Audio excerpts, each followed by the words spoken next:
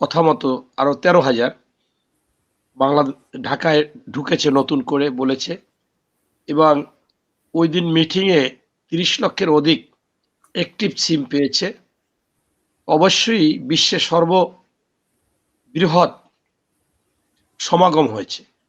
এই সমাগমে কিন্তু বেশিরভাগ নেতা কর্মীরা চাচ্ছিল যে তারেক রহমান বক্তব্য দিবে, যে পবিত্র সংসদে দাঁড়িয়ে বলে, এই তারেক, তোর সাহস থাকলে বাংলাদেশে আয়। আবার হয়তোবা যারা তাকে নিয়ে, দলকে নিয়ে এই ৫ই আগস্টের পর বিভিন্ন রকমের প্রোপাকাণ্ড, অপপ্রচার, গুজব ছড়াচ্ছিল, তাদের সম্পর্কে কিছু বলবে।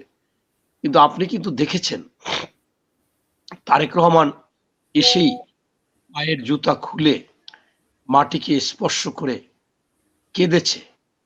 এই আমার জন্মভূমির মাটি, আমি ১৭ বছর এই মাটির স্পর্শ পাইনি। তারপর কয়েক ঘন্টা পর ফিরে এসেছে সেই মঞ্চে। আসার পরে সেখানে প্রথমেই আল্লাহকে স্মরণ করে বাংলাদেশকে সালাম দিয়ে তিনি বলেছে যে আমি বাংলাদেশকে নিয়ে পরিকল্পনা করেছি। এরপরে উনি স্বাধীনতা, সার্বভৌমত্ব, ৭১কে শ্রদ্ধা জানিয়েছেন, জুলাই আন্দোলনকে শ্রদ্ধা জানিয়েছেন, হাদিকে শ্রদ্ধা জানিয়েছেন।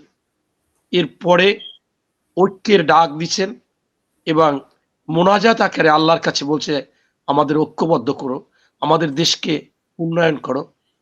এগুলো কিন্তু বলেছে। বলার পরে দেখেন যে কি ধরনের মানুষ মনে করেছিল আর কি বক্তব্য দিয়েছেন। বিশ্বের কাছে এটা গ্রহণযোগ্য বক্তব্য। তারপর উনি হাদির কাছে গেলেন। সেখানে একজনকে, শহীদুল ইসলাম, তিনি কটূক্তি করেছে। আশেপাশের জনগণ, আইন শৃঙ্খলা বাহিনী কোনোভাবে মেনে নিতে পারে না। তাকে গ্রেপ্তার করেছে, কোর্টে দিয়েছে, জেলে গিয়েছে। তারেক রহমান জানার সাথে সাথে বলছে, এইটা কি জুলাই আন্দোলনের প্রতিফলন? সেখানে তো বাক স্বাধীনতা থাকবে, আমাকে বলতেই পারে, আমি আবার বলবো, তাকে সঠিকটা বুঝাবো, তাকে ছেড়ে দিতে হবে। এটা দাবি জানান বিএনপির পক্ষ থেকে, দাবি জানিয়েছে, পরের দিন ছেড়ে দিয়েছে। তাই শেখ হাসিনা যে ভুল করেছে, আমি কেবল দেখলাম তার নিজের পেজ এবং আওয়ামী লীগের পেজ থেকে তিনি শোক জানিয়েছে এবং গণতন্ত্রের মা মাতা যে সেটাও বলেছে, এবং তিনি যে আন্দোলন সংগ্রাম এবং খুব দেশের জন্য ক্ষতি হয়েছে এটা বলেছে। উনি তো না, সারা বিশ্বেই বলেছে।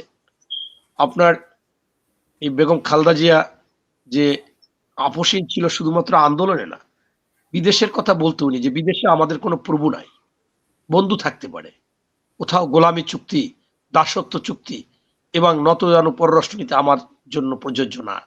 এটা জিয়াউর রহমানের ক্ষেত্রে ছিল না, তারেক রহমানের ক্ষেত্রেও নেই। তিনি এই জন্য বলে যে দিল্লি নয়, পিন্ডি নয়, নয় অন্য কোনো দেশ, সবার আগে বাংলাদেশ। হুম। তাই আজকে শেখ হাসিনা যে বলেছে, সেটাকে আমি মনে করি যে তারেক রহমান সেটাকে ভালো দৃষ্টিতেই নেবে, যে একজন মানুষ ভুল করেছিল, সে ভুলটা বুঝেছে। তার মানে এটা না যে সে যদি অপরাধী হয়, অপরাধের ক্ষমা তিনি করতে পারবেন। আপনার বিবিসির সাক্ষাৎকারে কিন্তু তারেক রহমান সাহেব একটা সাক্ষাৎকার নিয়েছিলেন কয়দিন আগে দেশে ফেরার। সেখানে কিন্তু বলেছিল যে আপনি যদি রাষ্ট্র ক্ষমতায় যান কি করবেন। বলেছিল, আমি প্রথমে ভারতের সাথে পানির ন্যায্য হিস্সা আদায় করব। এরপরে বলছে আর কোনো ফেলানির লাশ কাঁটাতারে ঝুলবে না, এটা আমি ইনশাল্লাহ ব্যবস্থা হুম। করব। এরপর যত অসমঞ্জস্য চুক্তি, অসমঝোতা চুক্তি, দেশের স্বার্থ বিরোধী সবগুলোকে চুক্তি বাতিল করব আমি। এরপর বলেছে যে শেখ হাসিনা তো ওই দেশে থাকে, সেই ক্ষেত্রে আপনি কি করবেন? উনি তো আর যাবে, পাওয়ার খাটাবে। উনি বলছে যে দেশের মানুষের সাথে বিরাগভাজন নয় কোনো ব্যক্তির উপর, সেটা তো আমি কিছু করতে পারবো না, সেটা জনগণই করবে। এটাই হচ্ছে তার কৌশলগত বুদ্ধিমত্তা এবং সুন্দর উত্তর। তাই আজকে মনে করেন এটা হয়েছে। এবং আপনি দ্বিতীয় যে প্রশ্নটা করেছেন, সেটা কিন্তু আপনার যে এটা স্পষ্টভাবে দল থেকে সিদ্ধান্ত হয়েছিল, কোথাও যদি বিদ্রোহী প্রার্থী হয় তাদেরকে দল থেকে অব্যাহতি দেওয়া হবে। এই জন্য যে দল অবশ্যই কোনো না কোনো সিদ্ধান্ত নিয়ে কাউকে না কাউকে দিয়েছে। আপনি দেখেন যে জামাত 102টা সিট ছেড়ে দিয়েছে। হুম, যেহেতু বাংলাদেশ দুটি দলের সাথেই আসলে হাড্ডাহাড্ডি লড়াই হবে। একটা হুম, বিএনপি, একটা জামাত। কারা ক্ষমতায় আসবে, জনগণ যাদেরকে ভোট দিবে তারাই আসবে। এটাই আমার নেতা তারেক রহমান সাহেবের কথা। তো সেই ক্ষেত্রে বিএনপি যদি ২৬টা বা ২৭টা সিট ছেড়ে দেয়, এটা তো খুবই কম। আগে কথা ছিল এনসিপি আসলে, চরমোনাই আসলে, হেফাজত আসলে ১০০ লাস্টে ৭০টা, ৭৩টা এরকম কিন্তু অনেক কথা ছিল। ছেড়ে দেওয়ার কথা। ছেড়ে দেওয়ার কথা ছিল। যেহেতু তারা আসে নাই, তাদের সিট আসন বেশি দরকার ছিল, হয়নি।